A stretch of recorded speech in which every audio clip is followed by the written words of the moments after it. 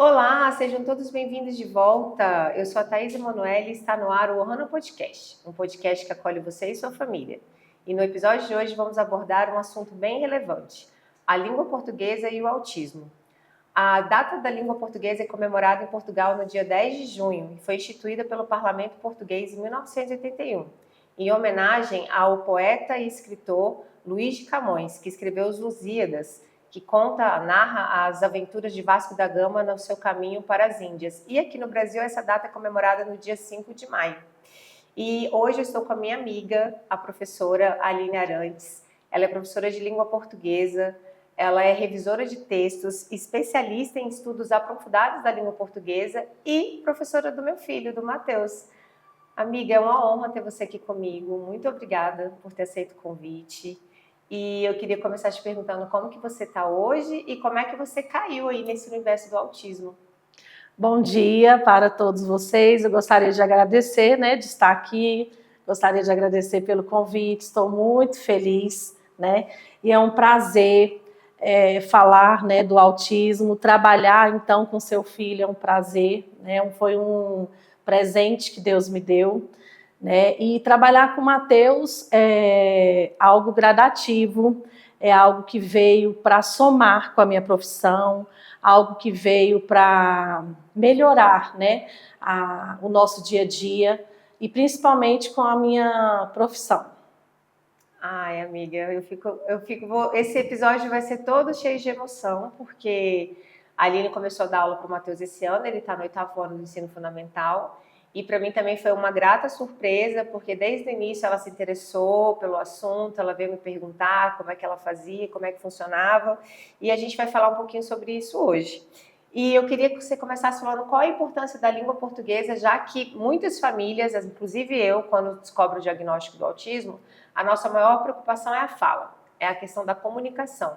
E a língua portuguesa é a comunicação, do nosso país. Então, eu queria que você me falasse qual é a importância dessa língua portuguesa aí para esses estudantes autistas. Então, a língua portuguesa, ela é a nossa língua, Ela é fundamental. Ela é fundamental para o aprendizado da criança, Agora, para a criança que ela é autista, ela tem que ter o quê? O aprendizado é gradativo, ele vem aos poucos, E nós, como professores, a gente tem que ter o quê? Bastante paciência, cautela. Primeiramente, a gente tem que conhecer o aluno, Logicamente, a gente tem que fazer uma análise, ver o que o aluno, até que ponto ele vai conseguir, o que ele vai conseguir assimilar até aquele momento de nível de intelectual mesmo, de aprendizado. Entendi. Então, é extremamente importante, eu venho falando aqui em outros episódios, para quem vem acompanhando, da questão do PEI, que é o Plano de Ensino Individualizado.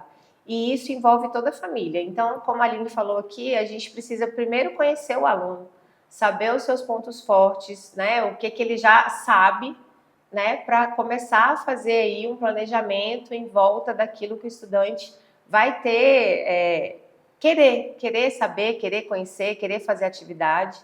E nisso a Aline ela vai poder falar aqui agora que ela está fazendo com maestria, porque ela se interessou primeiro numa aproximação, amiga, do Matheus com você. Quando eu conheci o Matheus, primeiramente, graças a Deus, a Thaís é uma mãe extremamente presente, então ela passou para todos os professores a rotina, que a rotina é extremamente importante. Então, o que acontece, A gente teve que aprender, e ver aquilo tudo que o Matheus gostava. Então, todas as atividades que eu passo para o Matheus é em cima daquilo que eu vejo que o Matheus gosta de fazer, Em cima daquilo que o Matheus, ele tem facilidade, as habilidades que ele tem, o hiperfoco que ele tem, que é na questão da escrita, Então, todos os exercícios que eu faço com ele, eu passo. Ele tem o Dan, que é uma pessoa maravilhosa, que com certeza ele vai ver esse podcast, Com certeza ele vai ver o podcast e ele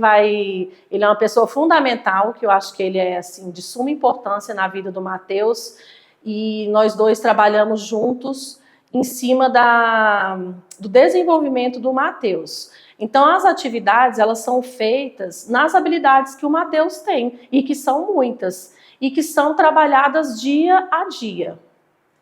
E eu tenho percebido esse ano, até o ano passado, quem fazia as adaptações curriculares do Matheus era eu mesma. E eu tenho percebido que foi muito bom deixar outros professores fazerem essas adaptações. E eu percebi um crescimento do Matheus, não só em tanto na questão pedagógica, mas na questão de interação.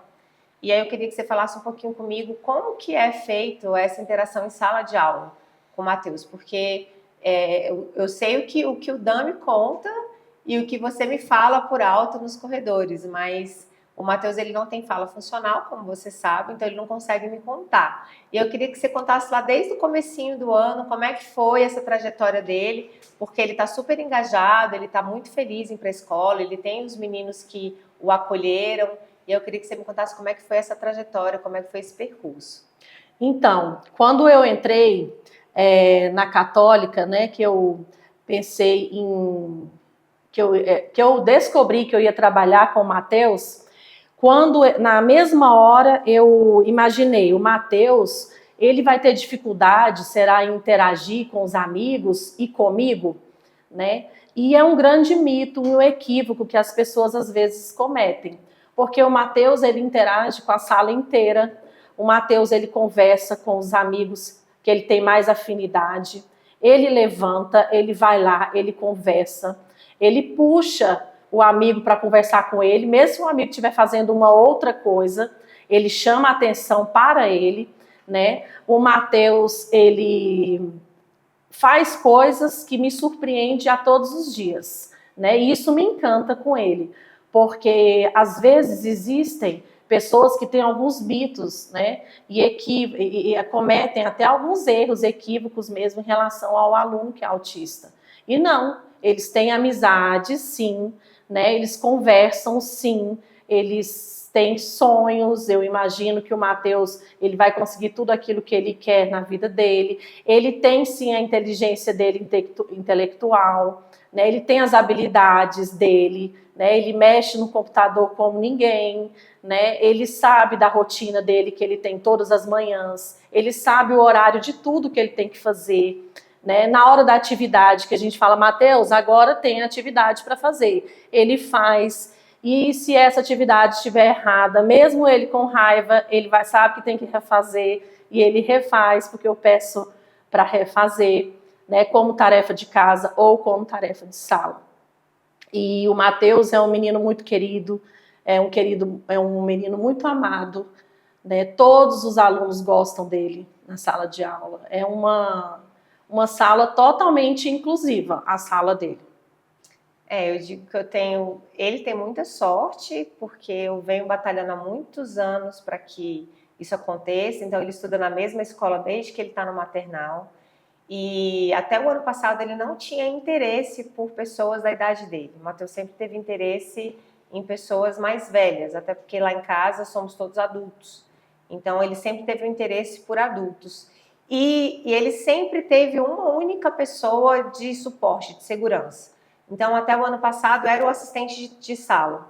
Mas esse ano eu vi que ele tem o Dan, né, que é fundamental, que é o assistente de sala dele, que o Matheus tem a segurança, tem o suporte, mas que ele também está tendo segurança em outras pessoas, em outros professores, nos próprios colegas. Então, em momentos que o Dan sai da sala, ele me relata que ele fica tranquilo, que os meninos ficam disputando quem é que vai cuidar do Matheus, quem é que vai cuidar dele. E ele está aceitando isso, porque até então ele não aceitava.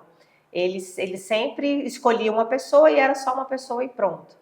Então eu tô vendo que ele tá tendo mesmo aí na adolescência, e uma coisa que eu sempre me preocupei com a adolescência do Matheus, ele acabou de fazer 14 anos, que como é que seria essa questão social dele, porque já que na adolescência a gente, né, vive intensamente essa parte social. E eu acho que ele está saindo muito bem. Muito bem. E existe uma competição na sala de aula incrível, né, de quem é que vai fazer alguma coisa pelo Matheus naquele dia, né, que às vezes até me surpreende. O aluno, ele quer ir ali, ele quer fazer as coisas que o Mateus gosta, ele quer repetir as palavras que o Mateus quer ali naquele momento, né, que aconteça. E o Mateus, ele tem um outro mito também que existe, né? O aluno autista, ele é agressivo? Jamais. Né? O Mateus é um carinho tão grande, pelo contrário. Né? Eu falo do Mateus como outros alunos também que são autistas. Né? Pelo contrário, eles não são agressivos, eles são carinhosos, eles são atenciosos, e eu acho que o aluno dá para você aquilo que você entrega para ele. Se você entrega o melhor, ele vai te dar o melhor. Se você está entregando o amor, ele vai te dar de volta. É uma reciprocidade muito grande, né? E é um aprendizado. E eu vejo que o professor, ele tem que ter paciência, porque o tempo deles não é o nosso. Então, não vá pensando que o professor vai chegar em sala de aula no primeiro dia de aula, que foi o que aconteceu comigo, e vai ter aquele esperado. Não, não vai ter o esperado. Você vai gradativamente conquistando aquele aluno, até ele perceber que você está dentro da rotina dele, né? Até ele perceber que, de fato, você faz parte da rotina, que você é professora dele de língua portuguesa, que você vai ter que fazer as tarefas, né? Eu chego para o Mateus e falo, Mateus, agora é a hora da tarefinha, a hora da atividade. Ele já olha para mim assim, não querendo muito, mas né, mesmo assim eu faço. Eu falo, não, ele vai fazer, e ele faz. E se errar, ele faz de novo, e se errar, ele vai fazer de novo, porque ele é capaz de fazer. Né? Isso é importante. Né? E aos poucos a gente só vai vendo o desenvolver dele. Né? E o trabalho em equipe, né, o trabalho em família, a presença da Thaís como mãe na vida, a escola, a família, né, eu acho que é prioridade. É fundamental a gente ter fundamental, essa parceria. Eu queria que você me falasse um pouquinho quais estratégias você utiliza, então, para fazer essa adaptação. Você falou um pouquinho que tem que conhecer, mas agora que você já tem um tempo com ele, acho que 4 meses, mais ou menos, são né? 4 meses. Quais são as estratégias que você está tendo para fazer? Porque eu estava até discutindo esses dias com a Dai, gente, está ali. Fala oi, Dai. Oi, gente. A Dai é nossa cameraman hoje, mas ela também é psicopedagoga do Mateus. E esses dias a gente estava discutindo sobre a questão do Mateus ser ou não ser alfabetizado. E aí a gente chegou numa conclusão que ele está numa pré-alfabetização, que ele consegue ler muitas palavras, consegue escrever muita coisa, mas que ele ainda não dá sentido, né? Ele não consegue ler e me contar aquilo que ele entendeu. Então a gente está num processo aí de pré-alfabetização.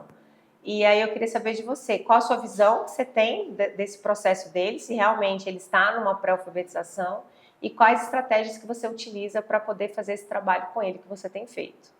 Sim, eu creio que o Mateus ele está assim numa pré-alfabetização e assim cada coisa que eu faço em sala de aula é para entender até onde ele está entendendo o que eu faço com ele. Por exemplo, eu faço pequenas coisas. Ao chegar em sala de aula, eu sempre faço a oração. Então, nos primeiros horários, quem está fazendo a oração é o Mateus. Então, ele já chega, ele já entende que aquele momento é para fazer a oração. Então, ele faz a oração. O dia que ele não quer, que ele não está afim, ele não vai fazer. O dia que ele quer, ele faz. Então, aquilo ali, eu já percebo que ele já está conseguindo entender alguma coisa. E a oração que ele faz é a oração que eu ensinei para ele e que ele já inclusive já escreveu essa oração, né? Já entregou até para você. Sim. Então, assim, eu percebo que todo esse trabalho vai fazendo com que ele vai conseguindo, né, perceber essa importância da alfabetização, né? A gente vai percebendo essa importância. Outra coisa, a chamada. São pequenas coisas que eu acho que faz parte. Sim. Quando eu vou fazer a chamada, eu chamo o nome do Mateus. Mateus Benício. Na mesma hora, ele pode estar fazendo o que for. Ele já... Aí o Dan já fala, presente. Aí ele fala, presente, né? Então, o que acontece? São pequenas coisas que eu acho que ajudam na parte da alfabetização. Outra coisa que é importante, exercícios que trabalham a colocação das palavras dentro de um O Mateus, quando ele começou a escrever, eu notava que ele escreve muito grande e ele escrevia aleatório, na folha branca. Aí eu comentei que eu não queria mais que ele escrevesse na folha branca e que começasse a escrever nas linhas, ou então dentro de algum espaço. Sim. E as atividades que eu faço para o Mateus sempre tem a linha ou os espaços para ele escrever dentro. E aí nós começamos a trabalhar dessa forma, né? E eu sempre pedindo para o Dan para ele fazer as atividades. Então eu já notei que ele começou a diminuir a letra dele dentro do espaço. E eu também, e quando ele, no caso, faz as atividades que ele não coloca, não escreve certa a palavra, eu faço ele reescrever. Aí fica de tarefinha que você mesma faz com ele, né? Reescreve, faz novamente, que isso é importante para a alfabetização. Eu não sei, Thaís, até que ponto a gente vai chegar. Eu não sei te dizer isso. É um processo. Sim. É um trabalho de formiguinha, é gradativo. Eu não sei até que ponto, realmente eu não sei, eu não tenho essa resposta. Mas eu sei que tudo que eu faço e que a gente tenta fazer, esse trabalho é feito com amor. E a gente tenta, né, desenvolver da melhor forma possível. Pra gente, cada coisinha que o Mateus chegar lá fazendo, a letra menor, escrevendo dentro do espaço, respondendo uma chamada, fazendo uma oração, levantando, ir lá conversando com o colega, para mim isso já é um grande avanço. Não, é um avanço, né? Gigante, você não tem noção do tanto que é um avanço. Para quem acompanha o podcast há um tempo, o Mateus tem 10 anos de diagnóstico, ele era autista não verbal até os 7 anos, e depois ele se tornou, né, um autista verbal, mas com uma fala que não é funcional ainda. Mas eu vejo que esses pequenos avanços, que eu vou te dar alguns exemplos. Esses dias uma professora me falou que fez a chamada, ele respondeu presente sem o Dan pedir. Acho que foi a professora de redação, se eu não me engano. E aí ele falou, Mateus Benício, ele já falou presente, ou seja, ele já sabe que ele tem que responder presente na hora que chama o nome dele. Esses dias a irmã mais velha dele foi para um evento e aí fez uma chamada de vídeo, que até pouco tempo o Mateus não entendia como que funcionava essa chamada de vídeo.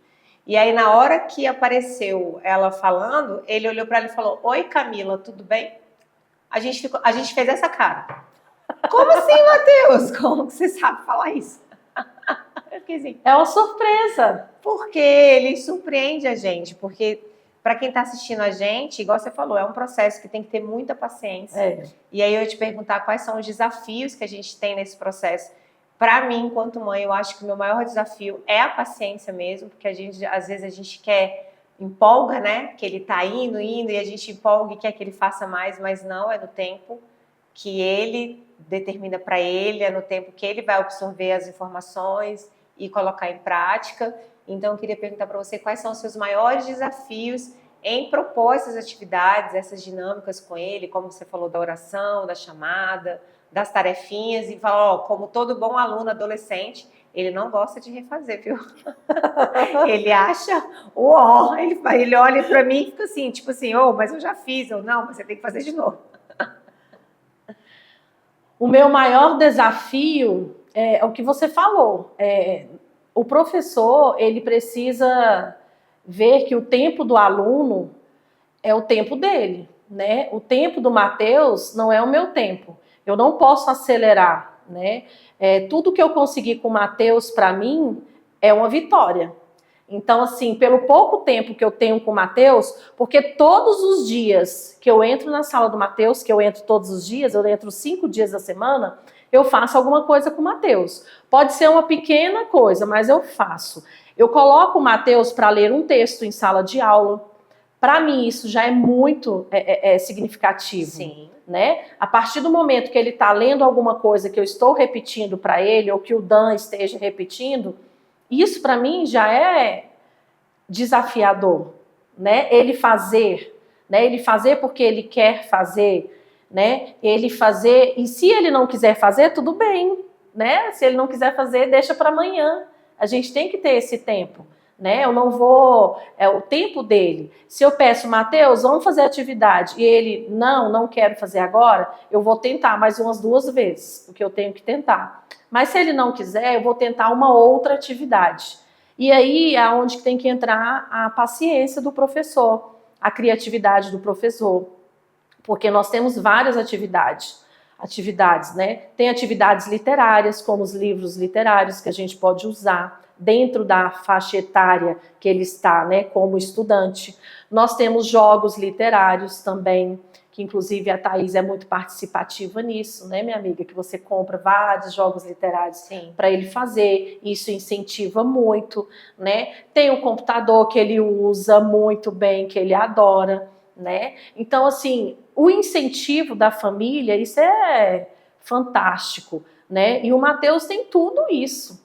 Então, o desafio que eu tenho é que cada dia ele possa me surpreender com alguma coisa, né? Aos poucos, nada corrido, nada feito com pressa, tudo dentro do tempo dele. Eu acho que isso que é importante, a gente obedecer o tempo dele, do Mateus.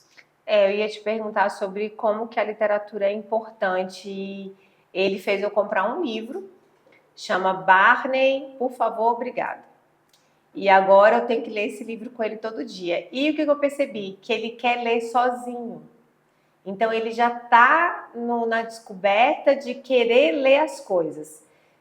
Por isso que eu sempre falo da pré-alfabetização, porque eu lembro da minha filha mais velha, quando ela estava começando a aprender a ler, a gente saía, ia ler nos outdoors que tinha na rua, e esses dias eu fui com o Matheus no mercado, ele começou a ler as coisas que estavam em cima, aí ele leu San Remo, Johnson, e eu falei assim, onde que você está vendo isso, Matheus? Aí ele me parou, ergueu minha cabeça e apontou. E mostra, quando ele quer, ele... Aí eu falei, filho, você tá lendo o que tá lá, que legal. Tipo assim, então assim, ele tá descobrindo o prazer que é a leitura, né? Dele tá dando conta de ler. Então assim, tem partes do livro que tem palavras que ele não conhece, mas assim, ele já consegue ler muita coisa e ele fica super feliz. E agora a mãe, mesmo estando cansada todos os dias, tem que ler o livro inteiro antes dele dormir.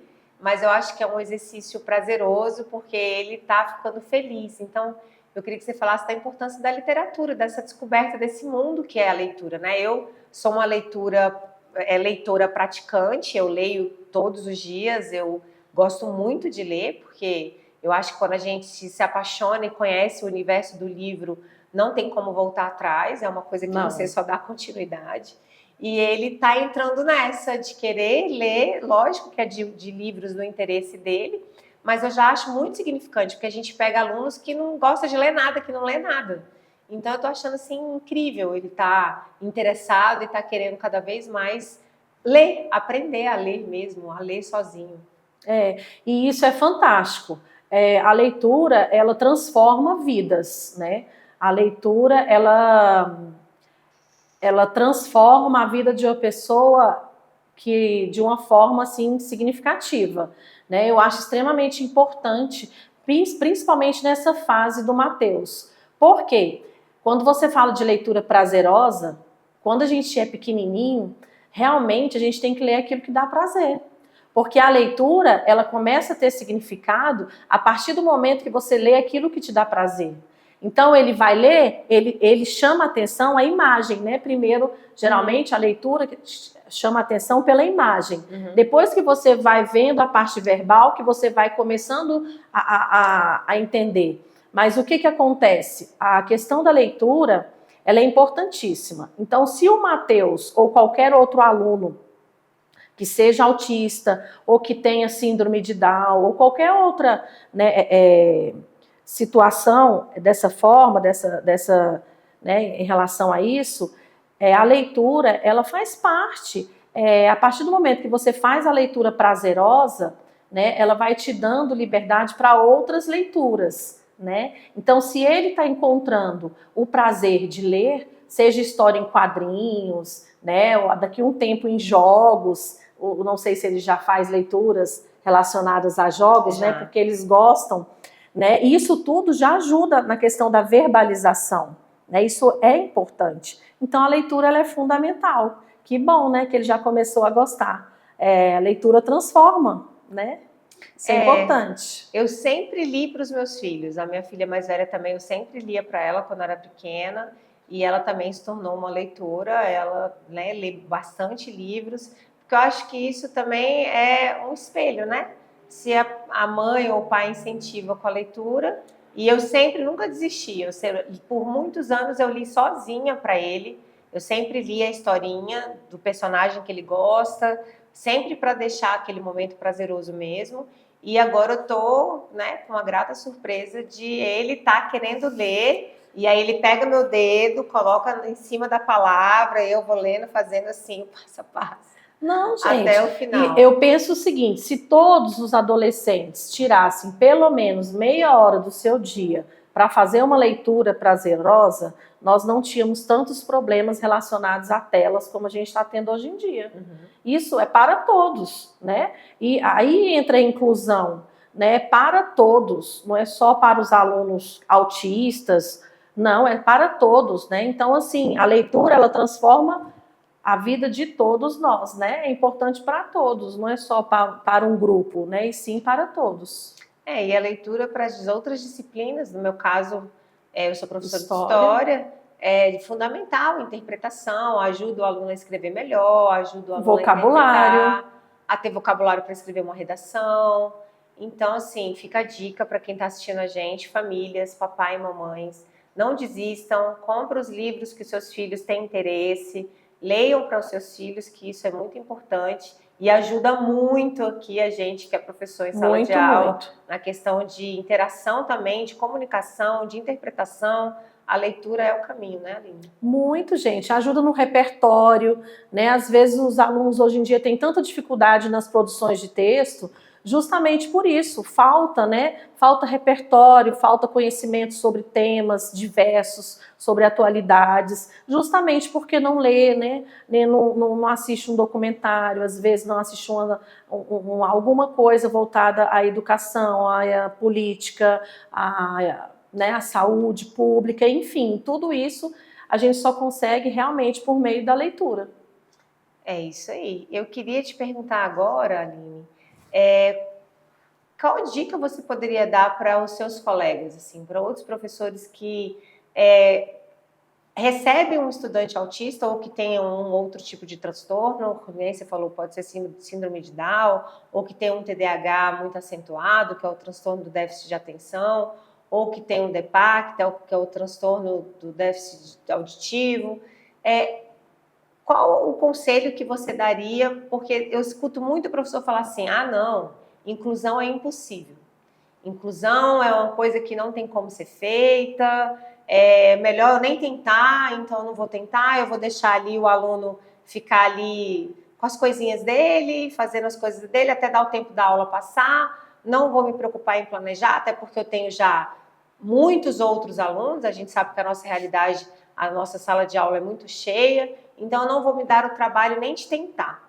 Então eu queria que você falasse um pouquinho sobre essa questão sua, da sua vivência da inclusão mesmo, do tanto que eu sei, gente, eu não estou aqui para dizer em verdades para vocês, a inclusão, ela é possível, mas ela é difícil, ela não é uma coisa fácil que você chega e fala, não, é super simples, eu vou fazer, vai dar certo. Não, ela é difícil, mas eu acho que você tentando e fazendo, o que você recebe é muito maior do que aquela dificuldade que você tem em fazer. Não, eu queria que você falasse um pouquinho sobre isso. Na verdade, gente, a inclusão, ela é possível sim, né? E eu acho, assim, inadmissível um professor pensar dessa forma. Eu acho que o professor, hoje em dia, para ele ser professor, ele precisa ser, né, inclusivo. Até porque nós não sabemos o dia da manhã, né? E você pode ter um filho e você pode precisar, né? Você pode precisar da ajuda do outro amanhã e você não sabe o que pode acontecer. Então, eu como professora, eu tento sempre fazer o melhor para os meus alunos, para todos. E eu vejo que o professor ele precisa procurar saber mais sobre o assunto, ele precisa ter formação, ele precisa ler, ele precisa estudar. ele precisa procurar ajuda da família. Se você tem um aluno que ele é autista, você precisa procurar saber qual é o hiperfoco desse aluno, o que ele, quais são as habilidades que ele tem, porque ele vai ter, né, com certeza. Você precisa saber o que ele gosta, você precisa conhecê-lo, né? Você precisa ter uma formação dentro do assunto. Eu não vejo, Thaís, um professor hoje em dia sendo professor se ele não tiver uma formação dentro da inclusão, né? Na verdade, eu não vejo isso, porque nós professores, nós temos que saber lidar com todas as situações que a gente recebe em sala de aula. Sim. Né?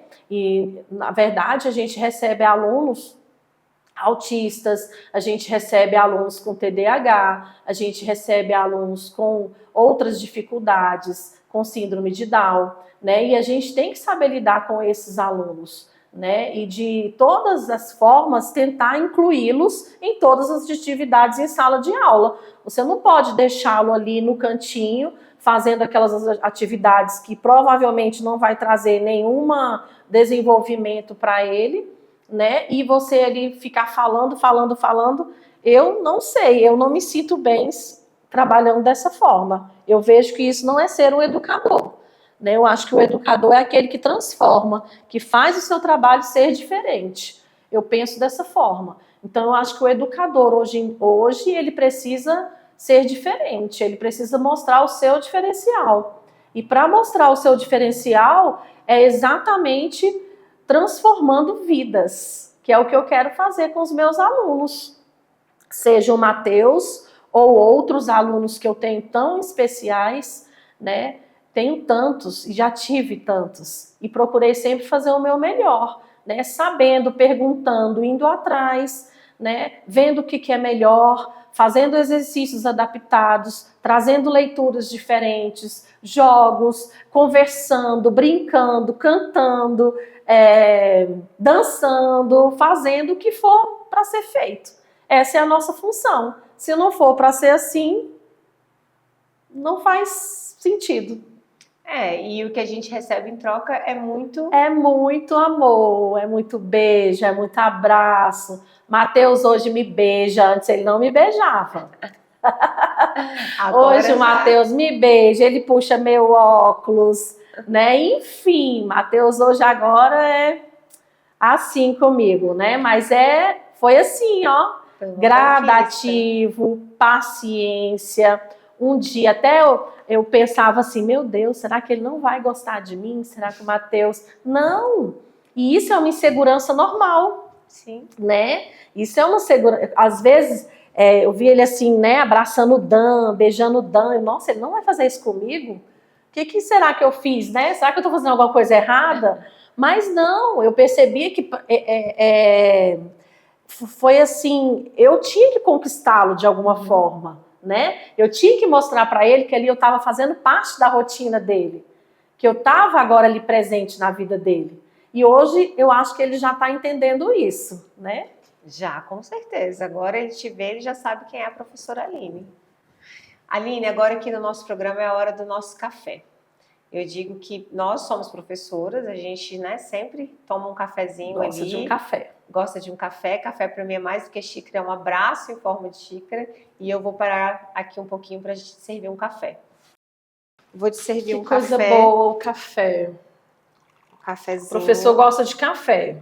O professor não vive sem café, né, amiga? O professor não fica sem café, de maneira alguma. É o que dá energia para a gente começar nossas manhãs. E tá cheiroso o café, não tem como vocês sentirem o cheiro. Vamos fazer um brinde de café. Não tem como sentir o cheiro daí, mas tá gostoso. Mas tá cheiroso. Pessoal, a Dai que tá aqui com a gente, que eu já apresentei, que é a psicopedagoga do Matheus, ela queria fazer uma pergunta para a Aline. Pode fazer, Dai. E voltando à questão da leitura, como a gente já trabalha essa questão com o Matheus, a gente percebe que ele tem dificuldade na dicção. Então, eu queria saber como vocês lá na escola, né, trabalham essa questão com ele. Então, a dicção do Matheus, a oralidade, a gente percebe mesmo que ele tem essa dificuldade. O que acontece? Quando a gente pede o Matheus para fazer a leitura, e ele começa ou a gaguejar, ou a ficar, né, chiando nas letras, o que acontece? Você tem que fazer ele repetir essa palavra novamente. Mesmo ele reclamando, ele vai repetir. E aí pedir sempre para ele fazer a leitura mais devagar, né? Porque aí ele vai lendo palavra por palavra e ler períodos curtos, né? Não adianta fazer ele ler períodos longos, né? Outro dia mesmo ele leu um poema. Ele leu um poema e era um verso, um estrofe bem pequenininho, eu acho que com 3 versos. Ele leu palavra por palavra e ele leu direitinho. Mas por quê? Ele leu palavra por palavra e bem lentamente. E isso é extremamente importante, porque quando ele começa a ler, ele quer ler bem alto, né, gritando praticamente, e muito rápido para acabar logo. Eu acho que ele fala assim, eu quero terminar isso logo para eu fazer o que eu quero fazer. Típico do Mateus. Né? Exatamente. E não, você tem que voltar, né? Explicar para ele que naquele momento não é momento de gritar, e ele entender que ele tem que ler devagar, né, com pausa. E esse trabalho tem que ser feito diariamente. Amiga, eu queria que você desse conselho para os professores aí, não só de língua portuguesa, mas todos os professores que receberam um estudante autista ou um estudante com síndrome de Down, ou que tem algum tipo de transtorno. Que conselho você daria para esses professores para ser tão bem sucedido como a gente tem visto você sendo sucedida aí com o Mateus? Ô, amigo, obrigada. Então, gente, o trabalho que eu tento fazer com o Mateus é um trabalho, assim, é o que eu tenho repetido, né, muitas vezes aqui, nesse podcast. É ter paciência. Eu tento sempre trabalhar com coisas que ele gosta, com as palavras que ele gosta de trabalhar. Eu tento trabalhar com exercícios menores, né? Com atividades menores, textos menores, né? Eu tento trabalhar com sempre o Dan fazendo as atividades, auxiliando na leitura, na oralidade, né? Então, assim, na verdade é paciência, né? A gente tem que ter paciência. Eu acho que eu acho assim, que o segredo é você não querer ter tudo aquilo planejado. Eu acho que a gente não tem que seguir um planejamento. Tem que ser flexível, Tem né? que ser flexível, exatamente. Tudo vai acontecer no tempo que ele quer, né? Você tem que fazer as adaptações necessárias. Dentro da idade dele, dentro do que ele está aprendendo agora, né? A questão da letra dele, a questão do espaço, a questão da oralidade, da dicção. Então, a questão é você ter paciência em todas as atitudes que você vai praticar com ele dentro de sala de aula. E para quem está assistindo a gente, os professores que estão nos assistindo, falar da importância da gente ter o conhecimento, né, Aline? Porque não basta você querer pensar em fazer um planejamento ou ter paciência, mas se você não entende o que é, né? E tem muita gente que acha que todo autista é igual. Não, de forma alguma. Né? Que acha que todo autista vive num mundo paralelo, porque eu falo assim, gente, o mundo que eu conheço é só o planeta Terra, que é esse. Então, meu filho vive nesse mundo. Ele vê o mundo de uma forma diferente. Então, eu preciso começar a entender o que é o autismo, o que é o transtorno, quais são as características, entender que todos os autistas são, primeiro, pessoas, que eles são diferentes, que eles têm gostos diferentes, que eles têm, né, acabar com esses mitos de, autista no olho no olho. O Mateus foi treinado para isso. O Mateus, quando eu estou falando uma coisa, ele quer falar uma coisa comigo que eu não presto atenção, ele me para e vira minha cara para ele. Ele faz isso com todo mundo, né, Dai? Faz. Aqui a Dai e a Aline que convivem com ele para dizer. Mas, então, assim, parar com esses mitos, por quê? Eles conseguem aprender, eles têm uma evolução e todos eles são diferentes. Então, primeiro, eu acho que conselho para o professor precisa estudar. Estudar, né? E entender a habilidade que cada aluno seu tem, né? Sim. Porque cada um tem a sua habilidade. Cada um vai ter um hiperfoco em alguma coisa, né? Cada um vai aprender de alguma forma e você tem que entender o caminho do seu aluno, né? Nem todos vão aprender da mesma forma. E se não deu certo de um jeito, tudo bem, você vai por outro caminho. Se não deu certo por aquele caminho, você vai tentar por outro. E trabalhar junto com a família é prioridade, né, Thaís? Eu acho que é assim, fundamental. Se a família não participar junto com a escola, ter essa parceria, eu acho que não dá certo. Eu acho que a família é prioridade. A família e a escola, a equipe, né, é um trabalho que tem que ser feito juntos. Eu acho que isso é extremamente importante. Ninguém faz nada sozinho numa escola, né? E a gente precisa não só para os estudantes autistas ou que têm algum tipo de transtorno, mas todos os alunos, né? A família é fundamental, né? Para acompanhar, para ficar de perto, para saber o que está se passando. E a gente parar com esse pensamento arcaico de que aluno tem que ficar sentadinho, que nem um robô dentro de sala de aula, gente. Ou que tem que ficar fora dela, né? Ou que tem que ficar assim, com a sala somente com 2 alunos, com um aluno. Não, você que tem que se adaptar a ele. Sim. Né? Você tem que se adaptar a ele, não importa se tem 5, 10, 15 ou 40 alunos, como eu tenho em sala de aula. Na sala de aula do Matheus tem 38 alunos. Né? E ele tem que se adaptar com esses 38 alunos, porque ele é capaz disso e ele consegue, e olha que ele se adapta aos 38 alunos. Se adapta, e eu já comentei aqui em outros podcasts que ele foi para a turma do fundão, né, Aline? Gente, o Matheus, ele tá num processo bem difícil. Ele tá na turma do fundão. O Matheus tá, assim, interativo, tá quase levando uma ocorrência. Não, isso não vai acontecer. A mãe já tá conversando com ele para que isso não aconteça.